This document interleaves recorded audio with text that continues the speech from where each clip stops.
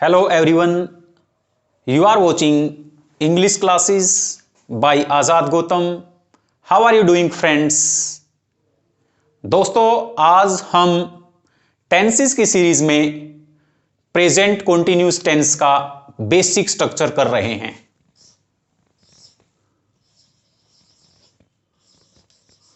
Present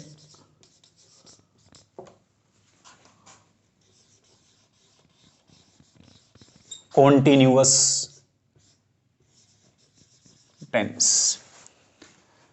दोस्तों जैसा कि आप लोगों को पता है, कॉन्टिन्यूअस के अंदर आपका कार्य लगातार जारी है, चल रहा है। तो सबसे पहले हम पहचान की बात करते हैं। हिंदी के जिन वाक्यों के अंत में रहा है, रहे हैं, रही है, रही हैं या रहे हैं, आए। जब हम ऐसे वाक्यों की अंग्रेजी बनाते हैं, प्रेजेंट कॉन्टिन्यूअस टेंस के नियमों का प्रयोग करते हैं। यानी ऐसे वाक्यों में कार्य हमारा लगातार चल रहा है, वाक्यों के अंत में रहा है, रहे हैं, रही है, रही हैं, रहा हूं या रहे हैं आएगा। इसमें क्या है दोस्तों, कार्य लगातार चल रहा है। तो जब हम इसके अफर्मेटिव सेंटेंसेस बनाएंगे, जो हमारा अफर्मेटिव स्ट्रक्चर है, अफर्मेटिव सेंटेंसेस, ऐसे वाक्यों में सबसे पहले हम सब्जेक्ट यूज करते हैं। दूसरे नंबर पे हेल्पिंग वर्ब के रूप में is, are, am. Main verb के तौर पे हम वर्ब की फर्स्ट फॉर्म के साथ आईएनजी का प्रयोग करते हैं प्लस ऑब्जेक्ट। यदि सब्जेक्ट ही, सी, इट या कोई नेम है या सिंगुलर है, उसके साथ हम हेल्पिंग वर्ब के तौर पर इज का प्रयोग करते हैं। यदि सब्जेक्ट वी, यू, दे तथा प्लूरल है तो उसके साथ हम आर का प्रयोग करते हैं। आई के साथ हम एम का प्रयोग करते हैं। लिख भी देता हूं मैं इसको। यदि सब्जेक्ट ही, सी, इट या कोई नेम या सिंगुलर है, उसके साथ हम इज का प्रयोग करते हैं। यदि सब्जेक्ट वी, यू, दे तथा प्लूरल, उसके साथ हम आर का प्रयोग करते हैं। आई के साथ हम एम का प्रयोग करते हैं। इसमें थोड़ा सा भी क्रैम्प करने की जरूरत नहीं है। जैसे वह चाय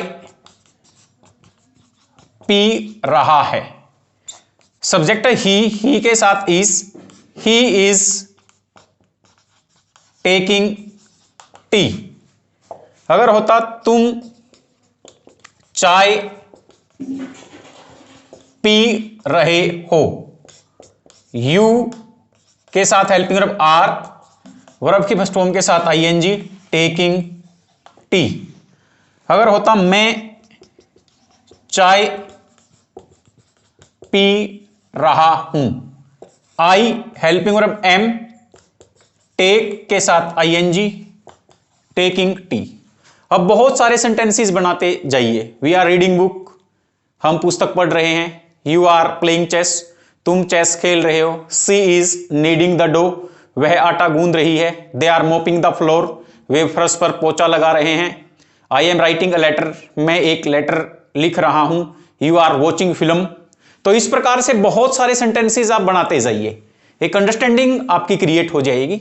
दूसरे नंबर पे हम नेगेटिव सेंटेंसेस बनाते हैं। नेगेटिव सेंटेंसेस, जैसे कि मैं हर बार बताता हूं, नेगेटिव सेंटेंसेस होते हैं नकारात्मक वाक्य। नहीं वाले वाक्यों को हम नेगेटिव सेंटेंसेस कहते हैं। पूरी अंग्रेजी में जब भी हम नेगेटिव सेंटेंसेस बनाते हैं, हेल्पिंग वर्ब के तुरंत बाद नोट लगा देते हैं। प्रेजेंट कंटीन्यूअस की हेल्पिंग वर्ब है इज, आर, एम। अब हम लिखेंगे वह चाय नहीं पी रहा है। He is not taking T. इसी तरह इनके नेगेटिव, तुम चाय नहीं पी रहे हो, हेल्पिंग वर्ब के तुरंत बाद not. You are not taking tea, मैं चाय नहीं पी रहा हूं। I am not taking tea, वह लेक्चर अटेंड नहीं कर रहा है। He is not attending the lecture, तुम बर्तन नहीं मांज रहे हो। You are not washing the utensils. तो इस प्रकार से बहुत सारे सेंटेंसेस आप बनाते रहिए। तो नेगेटिव सेंटेंसेस के बाद डियर फ्रेंड्स हम इंटरोगेटिव सेंटेंसेस करते हैं। पहली प्रकार के, as I have earlier mentioned before you, interrogative sentences are those sentences in which you are asked questions. In the first type of interrogative sentences we find क्या in the sentences of Hindi. ऐसे वाक्यों में हम क्या के लिए what का प्रयोग नहीं करते हैं। तो इंटरोगेटिव सेंटेंसेस पे आइए। जो पहली प्रकार के इंटरोगेटिव सेंटेंसेस हैं, हिंदी के शब्द क्या से आरंभ होते हैं। ऐसे वाक्यों में हम क्या के लिए कभी भी व्हाट का प्रयोग नहीं करते। तो ऐसे वाक्यों में हम हेल्पिंग वर्ब यूज करेंगे is, are, am plus subject plus verb की फर्स्ट फॉर्म के साथ ING plus object.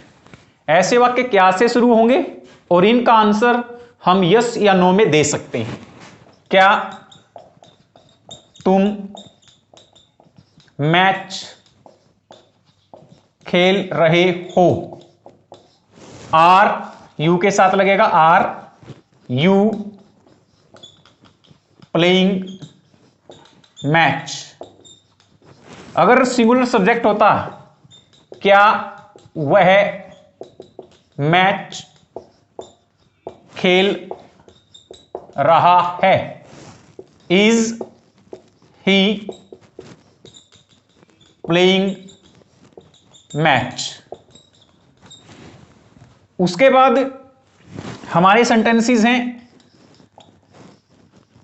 Interrogative and negative sentences.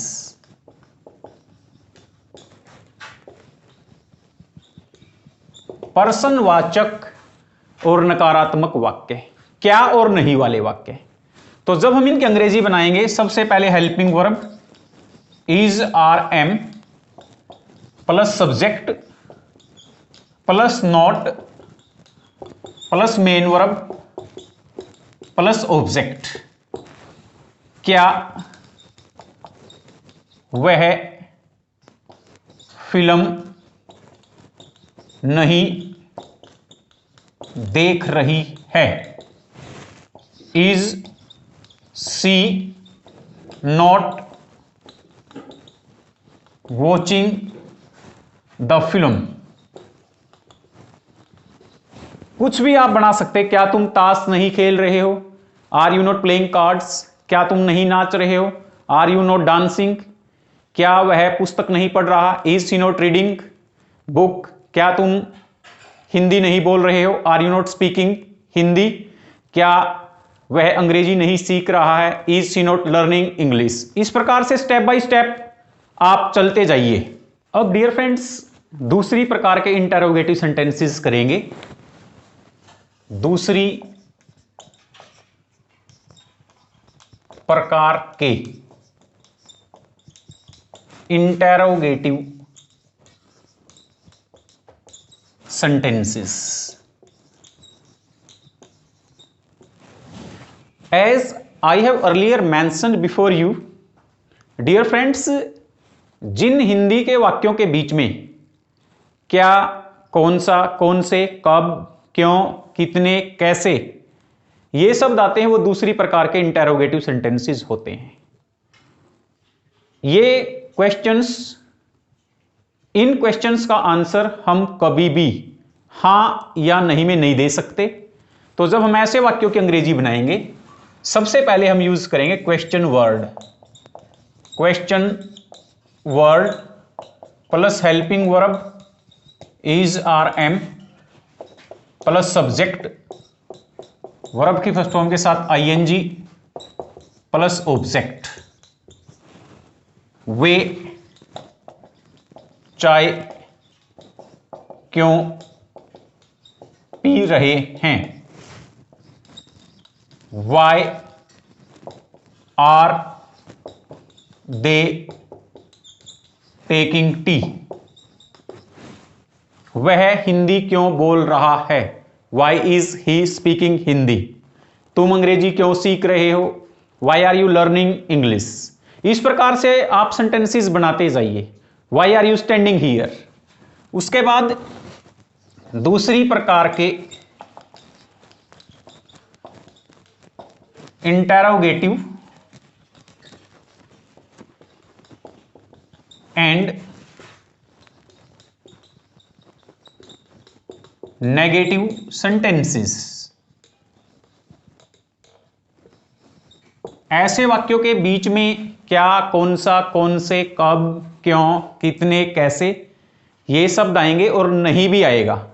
तो जब ऐसे वाक्यों की अंग्रेजी बनाएंगे, सबसे पहले QW means question word plus helping verb is are am plus subject plus not plus main verb के तौर पे आएगी वर्ब की फर्स्ट फॉर्म के साथ आईएनजी प्लस ऑब्जेक्ट, प्लस लगाएंगे हम ऑब्जेक्ट, लास्ट में क्वेश्चन मार्क। वह चाय क्यों नहीं पी रहा है? Why is he not taking T?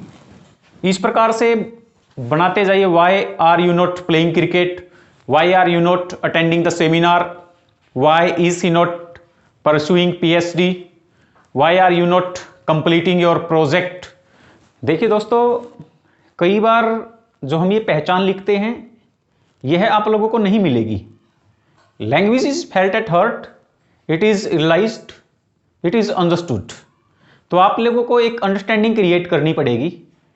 कई बार पहचान नहीं मिलेगी, फिर भी उसी टेंस में आपका सेंटेंस बनता है। जैसे कुछ सेंटेंसेस के माध्यम से आप देखिए, वह खड़ा है, ही इज स्टैंडिंग।